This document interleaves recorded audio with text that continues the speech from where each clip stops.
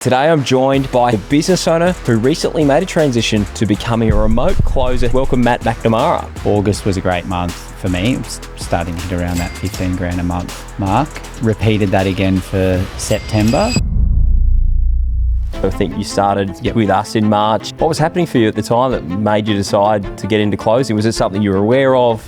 No, it was really the authenticity of Australians. I found with my American role, the Americans would be chatting to me and then they'd want to stay on the call for just 10 or 15 minutes longer. I do feel like Australians in closing have a real authentic way of selling, a lot less ego. Maybe that's my technique and what I've learned through you guys, but I definitely feel like, we're not car salesmen or we're not from an advertising agency. It's more authentic. You're not infomercial selling. Yeah.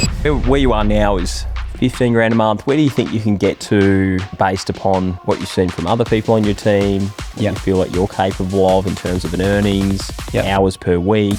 Yeah, funnily enough.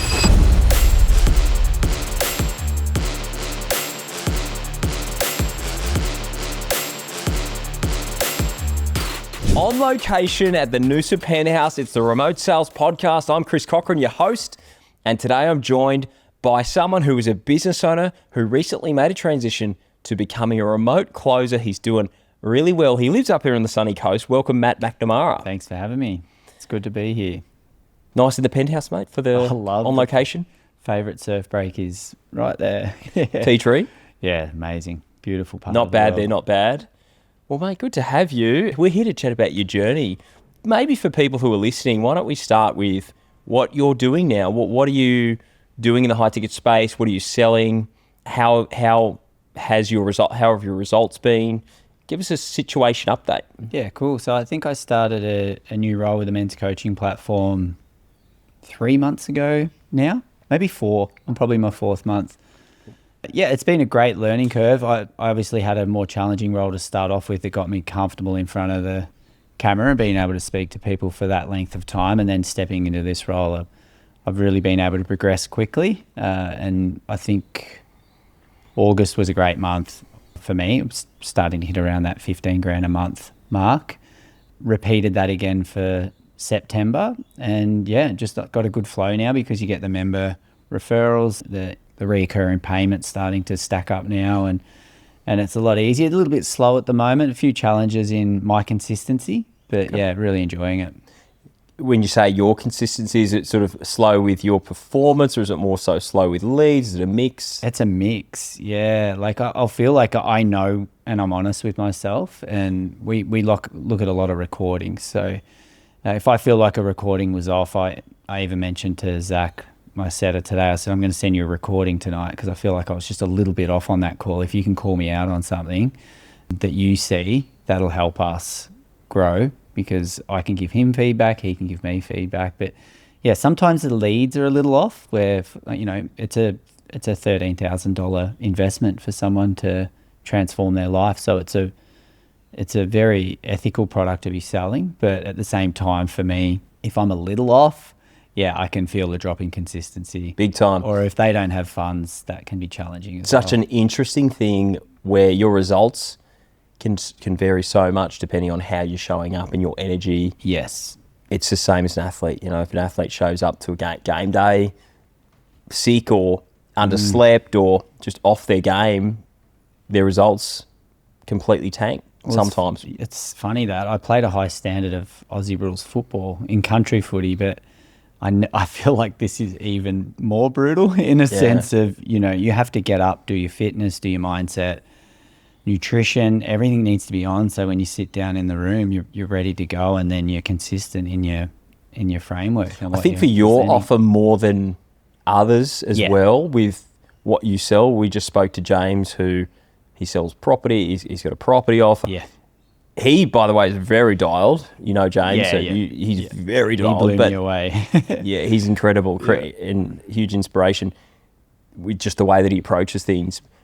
But selling that off, you don't have to be as probably on your game as much as I'd say you and what you're selling, because you're really helping guide people to improve their lives and who probably need to get some things sorted in their life. And if you don't have stuff sorted in your life, it'd be very hard for you to sell what you're selling and guide them and lead them as an expert or as a consultant to making a change if you're dropping the ball in your own life? Big time, big time. I think 2 weeks ago I had a pretty challenging week, anniversary of my father's death, things like that. And I came into the week thinking, I've got this, I'm good. And then at the same time, the leads were horrific that week. It was just this weird energy. And that was the most challenging week I've had in the role. And to stay on my game, I did find it, because you're dealing with such an emotional roller coaster with the person on the other end of the line.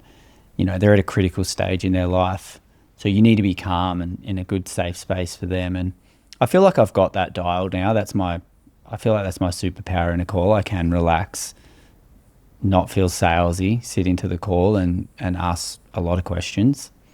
Which is so crucial to success with what you're selling, for people who might be listening, wondering how it works, what you're selling, you know, what your role looks like as well. Could you maybe explain a little bit more about the types of problems that the people that you work with or that you sell have, the solution, which is what you're selling, the ticket price, etc.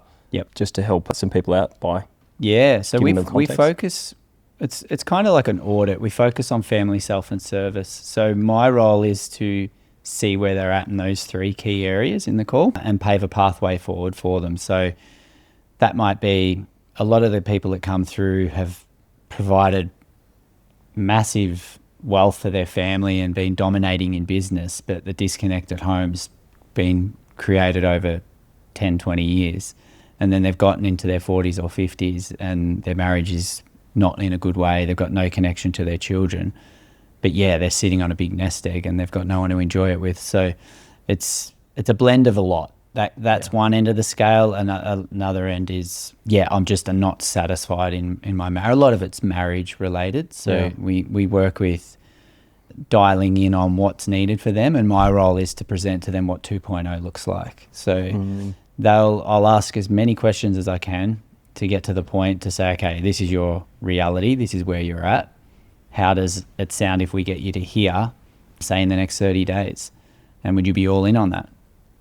And that's where you get I was going to swear there. Yeah, dude, swear. That's when you get the fuck yeah, I'm in. And then, you know, I actually feel like when you're in a call, if I start to get goosebumps in the like I just notice that if I'm really engaged with the person, I'll get a bit of the tingles or something where I'm like, right, he's dialed in, we're connecting here. And then I feel like that's when it's like, it's go time. And I really love that, because then it's like, okay, well, this is how we present it to you. You have a one-on-one coach with you weekly. He's your accountability coach, and you're guided through the specialists that we have to support you in these key areas to get you to that stage. How does that sound? That feeling that you get when you're in flow on a call, when you're hitting all of your, I'd say, mental indicators, that, you know, the checkpoints that you have on a call that you need to hit, and the prospect is responding, giving you those signs, and like you said, getting goosebumps. For me, it's the same feeling that you get when you flush a goal, when you flush one off the tee, you know, when you hit one out of the middle in cricket. It's just a feeling that it's hard to describe, isn't it? Yeah. When you're in flow. There's actually a book called A Magician's Way. I shouldn't plug that on it. There is an amazing book, and it's all about intuition, and it talks about the golf swing and the end vision. And if you're thinking about not the process and what's needed in the circle, but you're actually thinking about the end vision, that's when you flush the shot. Really? And it's very similar in this role, because if you're thinking about changing his life and being present with him and that's it, and you want to create this 2.0 version of him, you actually stop thinking about the sale and a lot of the other stuff. And you're out of your own head. Yeah. Too often we're in, you know, salespeople, you're nervous, you've got your own stuff going on at home, you've got your commissions that you need to make, the bills have got to be paid. Yeah. And you're thinking about outcome, you're thinking about, you know, the sale. Yeah. Well, that was a challenge for me, because coming into closing for me was a potential for a new pathway to create wealth for the family outside of what we were doing in our current business. But funnily enough, just as I started looking into closing, our business hit some serious challenges for my wife and I in our business partnership, and it really threw a curveball at our family and our stability. And just as I rolled into the security of closing deals in closing, I really had to concentrate because there wasn't pressure prior to starting the role. And just as I started the role, there was a lot of pressure on needing to perform. Yeah, that this is our main income now, and it wasn't prior to that. And it just was so crazy how it all played out. So I had a lot of challenges to really start the role and do it well and overcome that. I wasn't aware of that. I didn't realise that had happened. Yeah, we've had a lot go on. So your plan B turns into your plan A. It was, yeah. And that's why now I'm passionate about, like, I've got good energy. I like doing this. So now it's probably a 5-year plan for me to really smash it out and set up other things in life. So, it's not, I'll continue doing it, but back to it, really enjoying it. I love it, but, back the hours off and minimize it. I guess on that point of why you started, if we go back to March, I think you started with us in March, or late Feb, early March, somewhere in that ballpark.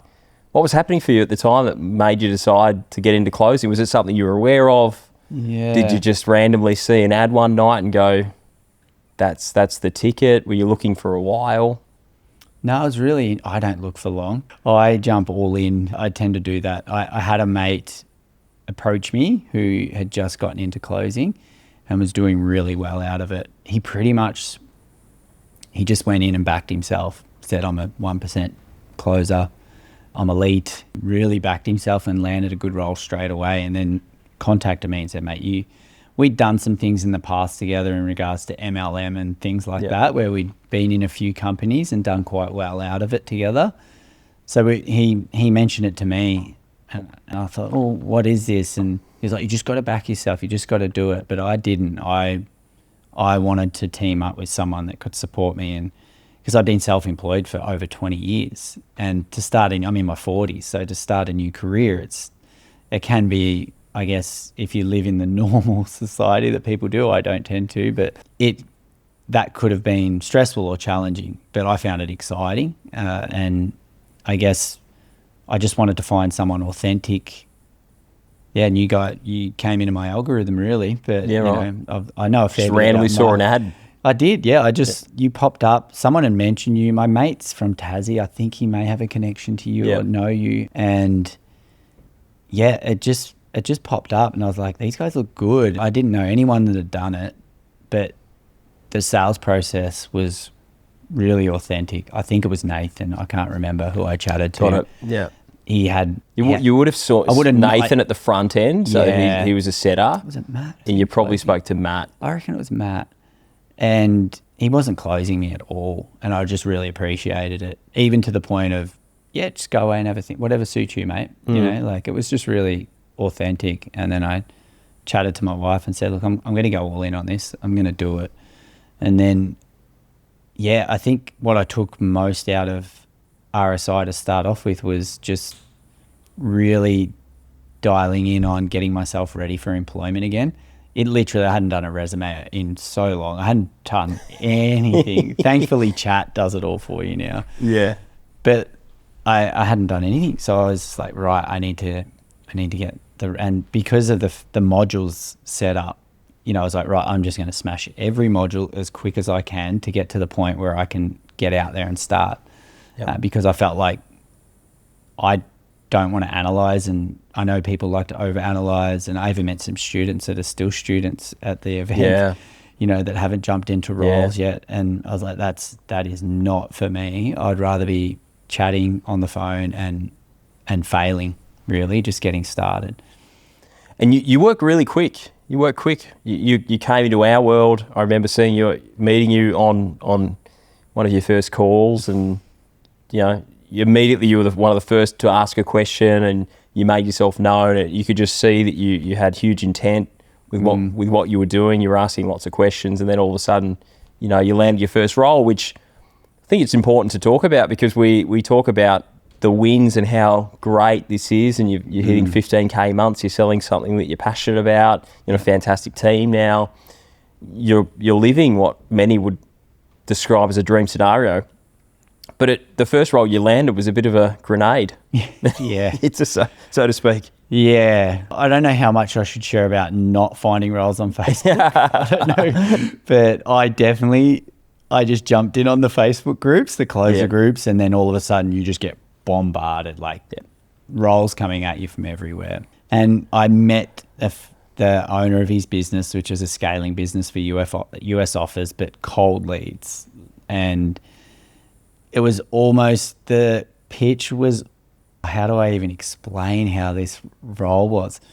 But you had to take someone who was interested in a collaboration on Facebook to turn it into scaling their business to sell them the product. So they weren't coming to you as a lead. They were literally coming to you thinking they were doing a collaboration, but the way he scripted it was you went from, okay, we can collaborate with you. You will get leads from this. So who will chat to your leads? And if you scale this and you start doing 10 collaborations a week, that's a lot of leads. So you need, what we do is we have setters and close, and then that's your lead into, would you like to learn more about that? Wow. So it was like a done for you sales agency sort of thing. Yep. Yeah. Yeah, exactly. We can show you how you do it, to hands-on or hands-off version as we do it for you. And it's called the bait and switch. Yeah, wow. The old one too. That's what it was. He was a really nice family guy, but it was not a good business model. And that sounds like an awful business model. Yeah, and I had to deal with it. Like, there was disgruntled staff working for him and people messaging me because they trusted me more than and I was just like, wow, I have to get out of this. You were the new guy as well. Yeah, but I did start getting a few deals over the line compared to what they'd been getting, and that's when I knew, okay, well, I can do this. I just need to you have to find a good offer. And at the time I was like, can I even do this? And what am I doing? Will I even find a role? Because from a mate that backed himself and just landed the dream role, and then I jump in and I'm like, where's the dream role? Like, how do I align myself with something that I want to sell? And finding that, I started to doubt myself because I was in a crappy role and I'm like, I don't know if I can do this. I don't know where the next role is. And then I just got more active with roles that were available on Seek, but then I ended up just stalking out my role on Instagram and message them myself. Yeah, and that's how most, I'd say that's the pathway that a lot of people take, especially within our world. It's creating creating almost your own pipeline of opportunities and being very intentional with searching for a role that you want. It's a process we take our students through.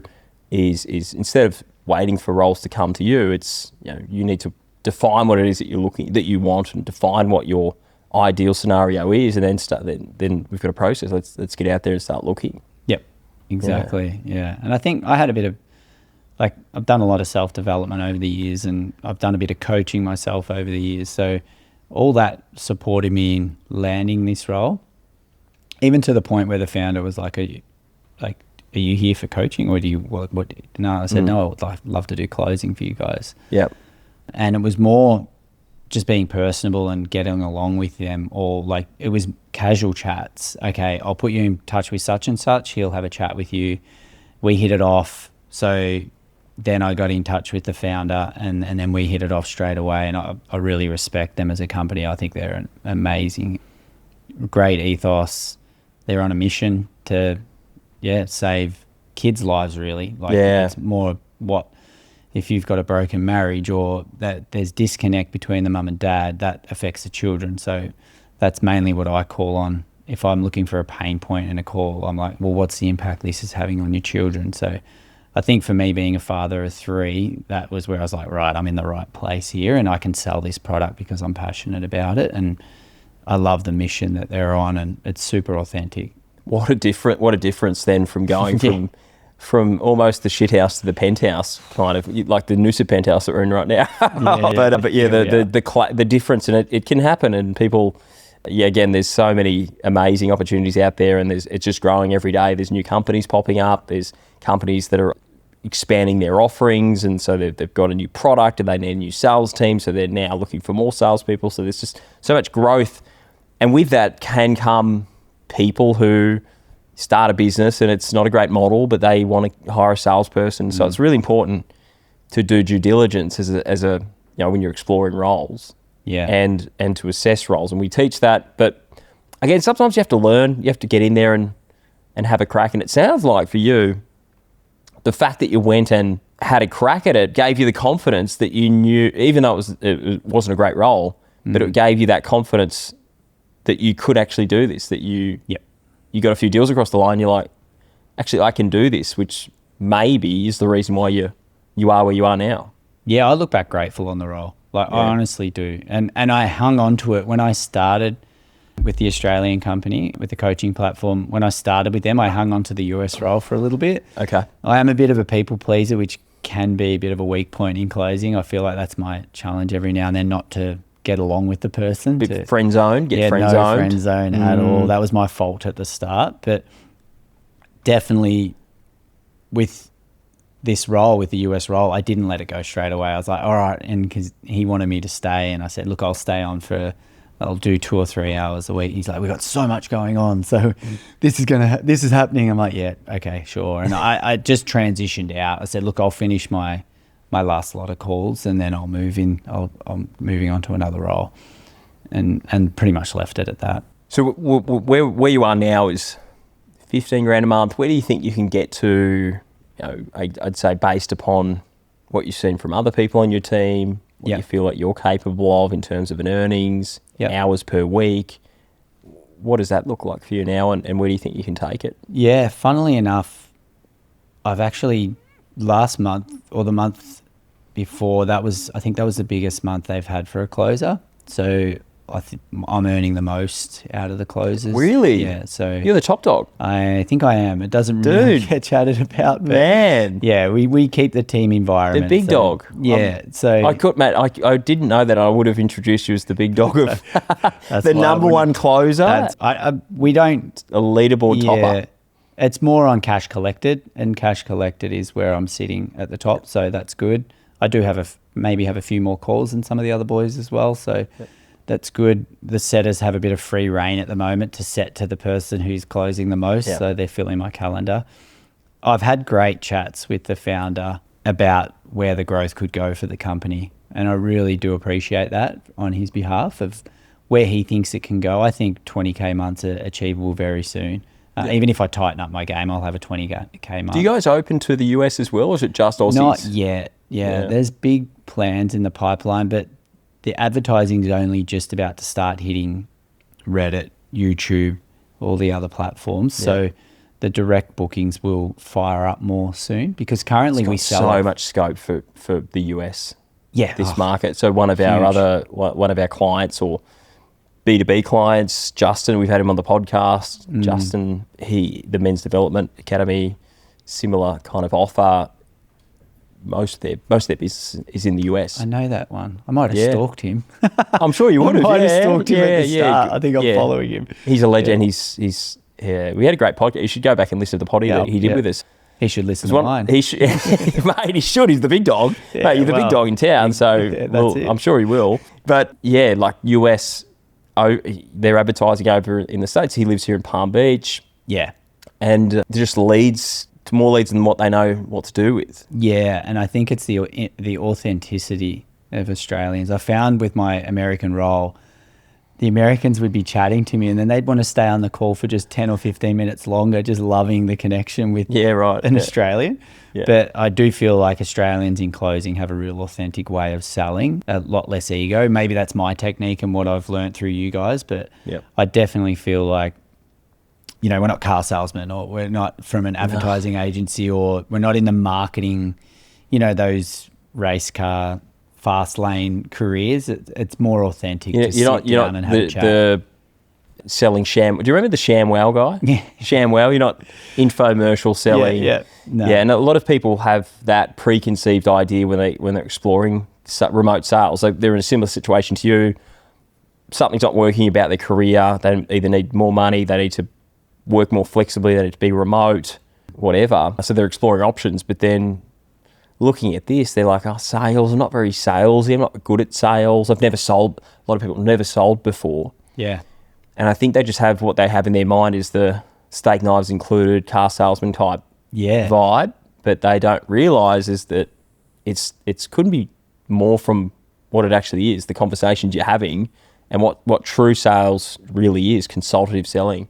Yeah, it's amazing. You could sell anything now. I feel like if you could sit down and have a conversation with someone and learn their problems and then find the solution. That's it. Yeah. That's it. Oh, and again, the power in it as well is if you have a conversation with them, you find they don't have the problem.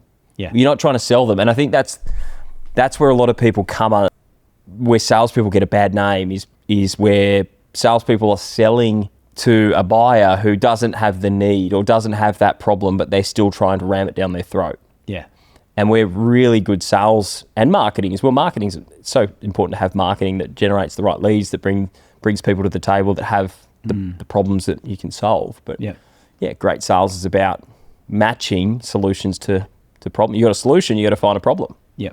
You're a Panadol, you got to find a headache somewhere. If someone doesn't have a headache, you can't. There's not a lot to offer. No, exactly. And I found a few people that come across on a call, and you do find that in the call. You're like, well, where is the point of urgency? What are you looking to do? And some guys aren't a good fit.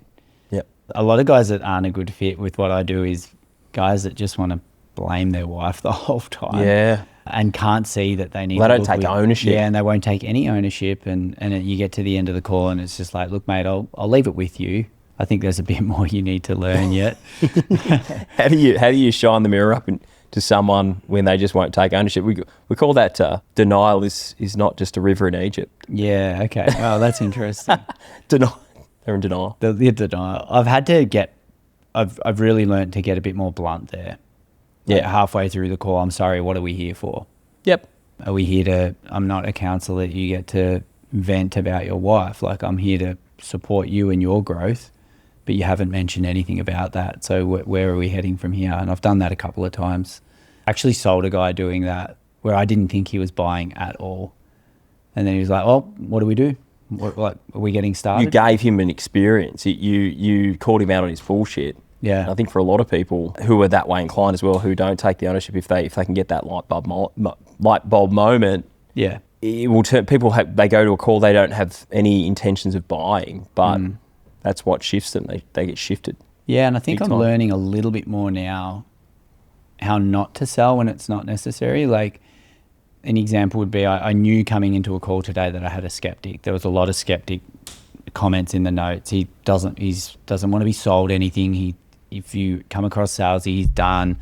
He's skeptical about everything. It just was red lights the whole time. So I thought, well, I'll just chat to the guy. So I didn't even drop the price to him until he asked at the end of the call. And then even he wants the invoice, which you gave me some good advice on how I could have played that out. But I guess getting the invoice rather than a direct Stripe payment, I wanted to just give him space. Yeah. And let him decide, all right, he sees the value now, and he sent a message before to say, look, it all looks great, but I don't decide on things on the day. I want the weekend to process it, and I'll be coming on board Monday. And I said, I appreciate that. That's fine, mate. Do what you got to do. Here's the website. Here's a couple of resources to check out. And yeah, I'll see you Monday. That's great. It's great. Yeah. I think a lot of people who think of closing might think that what they would need to have done in that situation is to try to get the close. Yeah. Close at all costs. And you're going to just destroy, especially in Australia. Yeah. As you say, people think Aussies or feel that Aussies are a bit more authentic. I think because Aussie buyers are a lot more skeptical. Yeah. But also, if you push too hard, you end up with a refund. That's another big lesson I've learned. Just when I started and I was real gung-ho, and I think when I had I think my best couple of weeks was hitting 50% conversion. It has dropped back now with the quality of leads and things. I'm sitting around just above 30 or something consistently now. But last week was 50 again, actually. But the quality of the leads, and then if I push a guy, like if I really close a guy, he could be a refund. So if I get him in an emotional state and punch all his pain points and go into sales mode and go away from an authentic person, I really know that And I've had that come back where that guy will only last a month and then he wants out. I think it's a powerful thing to be in a situation where it doesn't have to be buy or die because your offer sells itself. Yep. You can hang your hat on the offer. That's what we have at RSI. We, as you know, you went through the sales process. We don't have a high pressure sales process at all. It is much more of a consultation. We look at someone's situation, work out whether or not remote sales is actually going to be the right pathway for them. We're honest with them if it's not. If there's a match and alignment, we're not in a rush. No. We're not going to rush it more than what the prospect needs. We, of course, will hold someone accountable if they have a high level of requirement and also a high level of spoken desire and need for it, but then also their actions don't seem to align with what they're saying. So we certainly will hold them accountable. We don't have the pressure, and I think the reason why we're able to do that is because the offer sells itself, and the trust out there in the marketplace, the success that we have, everything speaks for itself. And it sounds like you've got the same. Whereas if you're selling something where, hey, there's not a lot of social proof out there, there's no reviews, there's no trust pilots, there's not much content, and you got a live one on the call, sometimes you got to close that because they might not come back. No, exactly. So it's a good position to be in. It also just speaks to why it's important to look for a good offer. Yeah. To look for something that walks the walk as much as talking the talk. And you guys that have the same thing with SI, like you still got to do the work. I can sell someone a coaching platform, but you still need to let them know, hey, there's work you're going to need to do here. You need to step up here. Yep. And are you prepared to do that? And then you get those micro commitments. Yeah, I'm all in. Well, I have to be. I've got no choice. And I think that's the same with RSI. Are you all in? Are you ready to do the work? And that's why I got to where I did, was because I just went so gung-ho. I think I got to module 10 in I can't even remember. I remember you smashed it through. I just smashed it. And then I'm like, whatever, I've always had a theory, and I try and teach my kids this, but whatever makes you uncomfortable, do it. So if you feel uncomfortable, make sure you do it. And I think that was with doing RSI, not holding back. I was just like, I've got to go, and I have to do this. For my own personal growth, it makes me uncomfortable, every single step of the way. So I've just got to keep doing it. Even the jiu-jitsu, objection jiu-jitsu, yeah. Oh man, sales sparring. Yeah. Even my first recording I sent you, That's looking right. back at all that, I'm like, oh God. Yeah. But you put yourself out there. Yeah, you have to. And if you don't, how do you change? If you're not uncomfortable throughout a process of change and transformation, which is what we're here to do, to help people transform and change and improve their skills and basically transform their lives. If people aren't willing to get uncomfortable, and if we're not getting people uncomfortable, then we're not doing our job either. Yeah, exactly. And I think my next uncomfortable is what I spoke to you about after the event, but was my language and the way I speak, and learning how to pause and getting rid of ums and ahs, just learning how to do that and take my time when I speak. That'll be my next improvement, because I get too amped up and excited. There's just levels to everything, and that's what I love about sales and the career, is that you're never at the top of the mountain. As much as you might be the top dog on your offer at the moment, there's so much more upside to your performance and to everyone who's in sales. You can always get better. Well, imagine if I'm sitting around that 30% conversion or just above, imagine if that becomes 50 to 60%, or we start hitting a 75% conversion rate. And then my goal's always been to hit 40K months. So that's the next target for me within closing. And I feel like I can definitely do that in my current role. They've got some transitions at the moment where they're doing new things, and this is happening. When it all comes together, or if it does, I definitely think, regardless of that, if I just keep improving my conversion rate and tightening up on my performance and my consistency while they're improving their leads, of course, you need people financial. You can't get someone that's earning 25 grand a year to spend 13 grand on a coaching platform. So, and I have had that. I literally had a conversation with a guy that was on a pension. So I was like, why did he come to me? And that's not me being harsh on that guy, but that energy to that guy, that will never buy and can't buy, and that's unfortunate, but that takes away from the next guy who's a great prospect. For sure. Who I may not have the full energy for because it might be required of you to get to objection handling with someone and be deep in objection handling, potentially shifting someone to help them, to help them make a change, to pull them out of a fear-based mindset or some sort of scarcity mindset, to really help them realign with results and their goals. But if you're gassed because you've been taking calls with unqualified buyers or prospects who will never buy, then you don't have much in the tank to give. And I think my best days, like 4 calls, there's always like 4 calls in a day, I'll get 2 or 3 sales. And then if I ever get stretched to 6 or 7 calls, I'll get 1 or 2 sales.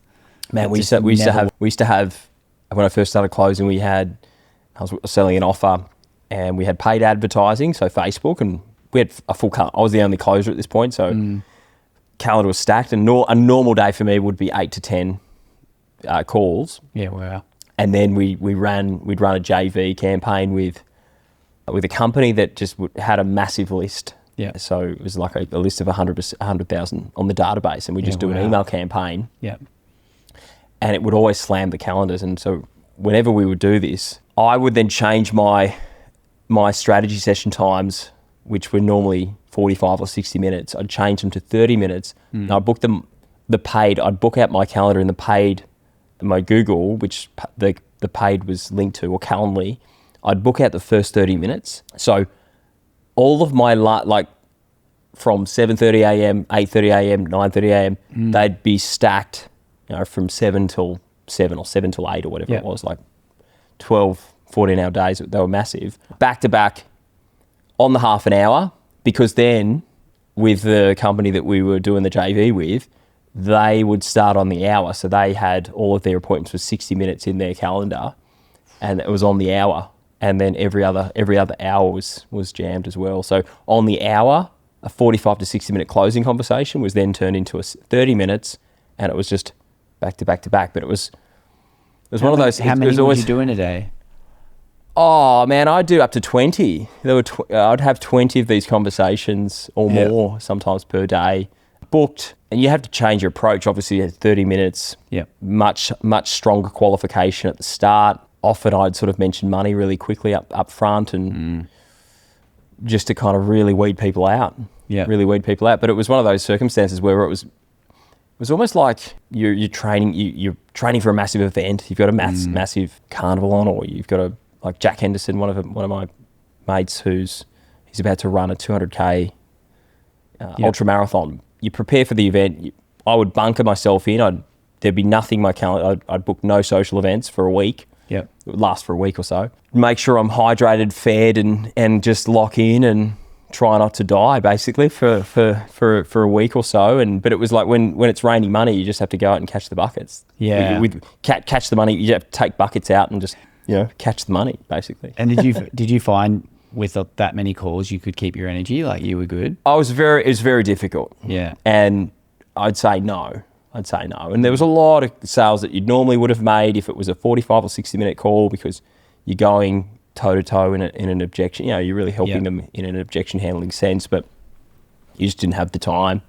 Yeah. Or you would just take that. If I had someone who's right on the hook, and I'd just take the time and then bump the next person, because there were a lot of no-shows as well. Yeah. So from the email campaign, they didn't have to speak to a setter. Actually, the paid didn't have to speak to a setter, so they're all straight from the email, straight from the internet, straight into my calendar as well. So at least the Facebook leads had to go through a survey first, whereas and I think the JV leads had the option to do a survey, but often they didn't. So but that was a pretty wild.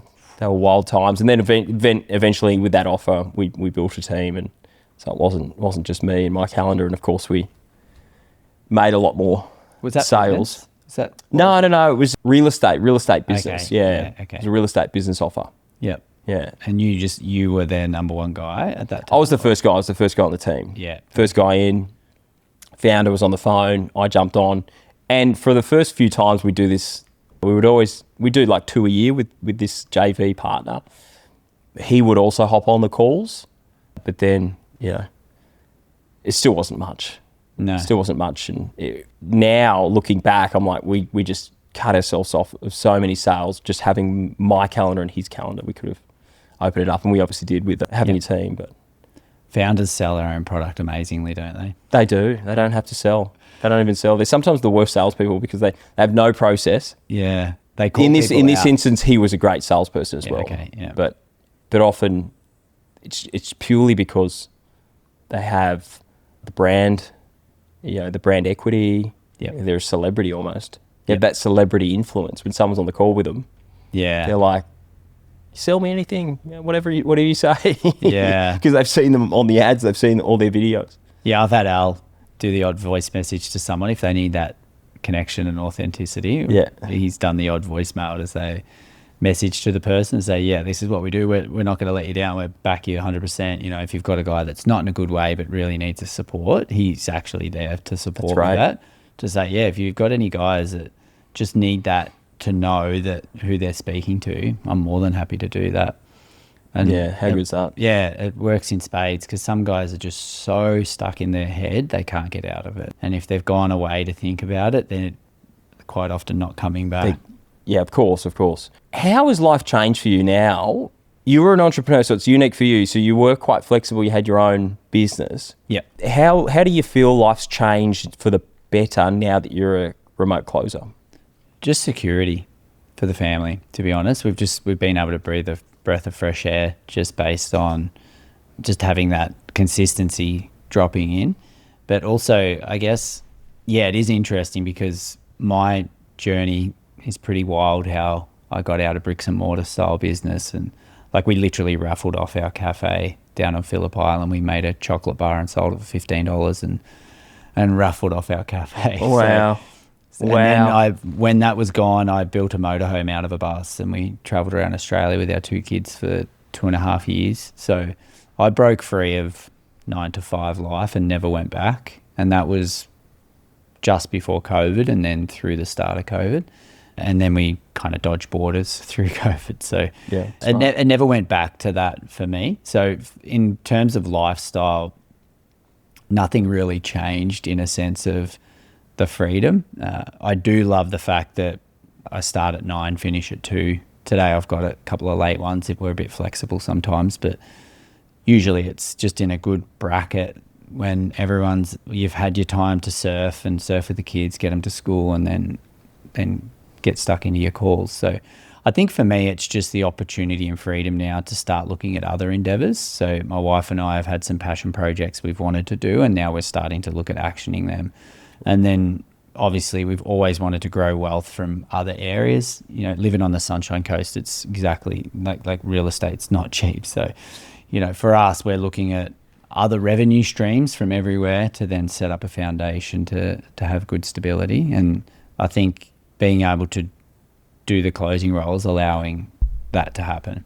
And then being able to set up, a 5-year plan of where our goals are, what we want to do and what we want to achieve. What do you think the keys to success as a closer are, and who do you think it's suited to? I think anyone can do it. I really do. But energy's massive. I don't think you can do it.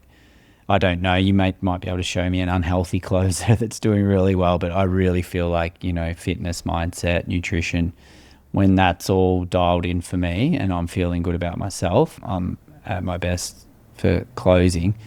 So I really think anyone can do it if they're prepared to get uncomfortable and do the work. And then obviously, like what RSI offers in the training, I guess, when you step into that and learn and slowly just get the runs on the board, you just improve and get more comfortable speaking and everything starts to change. Definitely. What advice would you have for anyone who wants to walk the same path?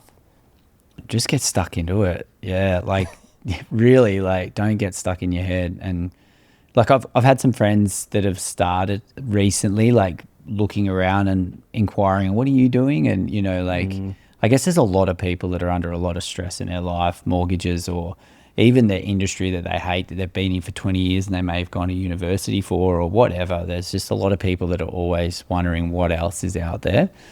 And I really think that, for those people, it's just actually having a crack, because you can start it and keep your career. Like, you literally could learn this, stay with your career, and then roll over. There's not a lot of downside. There's not a lot of risk, really, when you think of it. Because the worst case, your skill set, the skill set you learn, and the growth that you experience personally, and personally with your skill set and mindset, you're just going to perform so much better in your life generally. Exactly. But of course, the upside is there with getting to a position where you're earning 15,000+ on pathways to earning 40K, working 9 till 2. Yeah, and I think some people even, like, you're different because you do have a platform now, but like the luxury of actually selling someone else's product, like, but having been in coaching before and giving it a crack and not being a marketer, I think you need to be a marketing expert to be a coach. You're not a coach anymore, you're a marketing expert.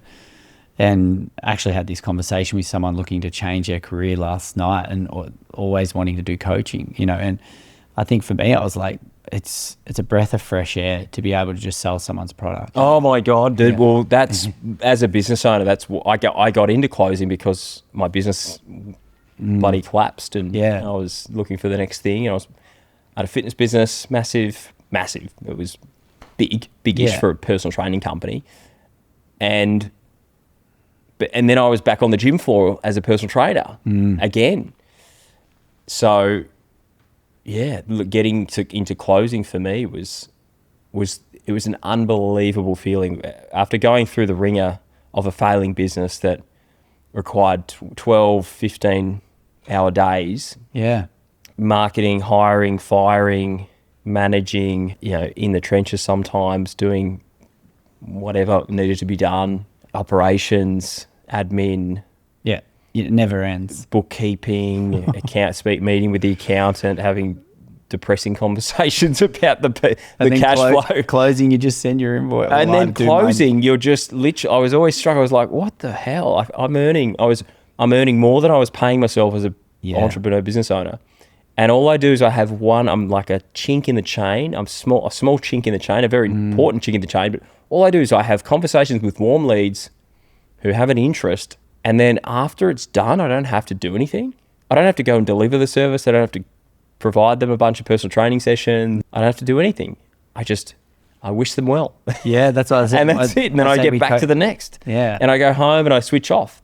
I always say I just pass the baton over to the coach, and we don't need to do much after that. Usually the first 30 days I'm there to discuss anything if it's needed, but after that, the relationship's with the coach. So I always say the baton's been passed on. I sometimes would hear from people I'd sold over the journey. It was always nice to hear people would thank you. People would thank me and say, hey, I'm just so thankful for what you did for me. There are people that I sold into that real estate program where they started a business and they were just shitting themselves. There were people who were on the fence for 6 months or more, completely shitting themselves, who are now 7- and 8-figure business owners who were working a corporate role, didn't have the courage to back themselves. I had to close them. My approach, the way my personality style is quite direct and I'm a driver. So one call closes and I do a lot of objection handling, and for a lot of those people, it's what they needed. And now it's just so crazy to think that they were actually fearful about getting into it. Now they're, some of the biggest names in that industry. It's crazy. Yeah. My first sale was a 29-year-old builder from Northern Territory. He doesn't know he's my first sale, but we had a live event over in WA coming up, and he'd organised to fly from the Northern Territory to WA, and then he got there, and then I'd messaged him. He'd had a call with me but didn't buy. He said, look, I want to go to the live event. I want to see what you guys are all about. I want to see if it's for real, and I said, that's fine, go along. And then I was messaging all the coaches and everything, saying, make sure you go up and chat to this kid, mate. Like, make him feel welcome. And then I messaged him the morning of. I said, what's going on, mate? How you traveling? Are you there yet? And he's like, I'm sick in bed. And I'm you're like, joking. No, he'd actually done his head in. It was all psychological. It was probably, the sickness came on from his Yeah, stress just the and the stress worry. of everything, and I guess the tension of actually wanting to change your life. And I was like, get the fuck out of that bed.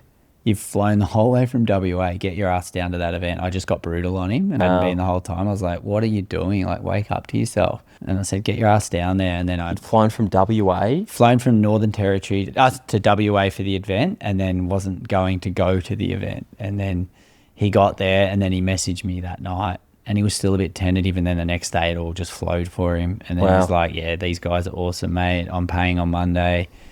Got in contact with me on Monday and paid. And then 30 days later, he's just like, oh man, I just want to be a service to others. Like, he's like, I just want to, I think he was going on a podcast or something. And he's, Wow. yeah, he's just like, I just dude. want to tell my story and help other people now. Like, It's always the most scary before you make a big decision. There's I think that excitement and nerves, they live on the same spectrum. yeah, And I think some people really, they want too much information, they want too much certainty, and they just need to get out there and back themselves. yeah, And back themselves that they'll work it out once they start.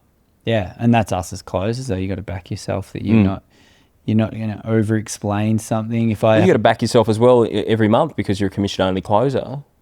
so, Yeah, you don't have a lot of certainty. The only certainty is that you're going to show up at the best version of yourself and yep, yeah, that's make it happen. exactly. Brother, so good to catch up. That was awesome.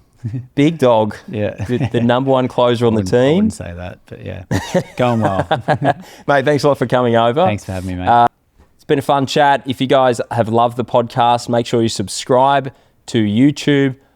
Hit the follow button if you're listening to it on Spotify. Please rate the potty. 5 stars would be great. And if you want to know more about remote sales, make sure you hit us up at remotesalesinstitute.com. We bring out a new podcast every week. Legends like Matt who are crushing it in closing. We'll see you next week.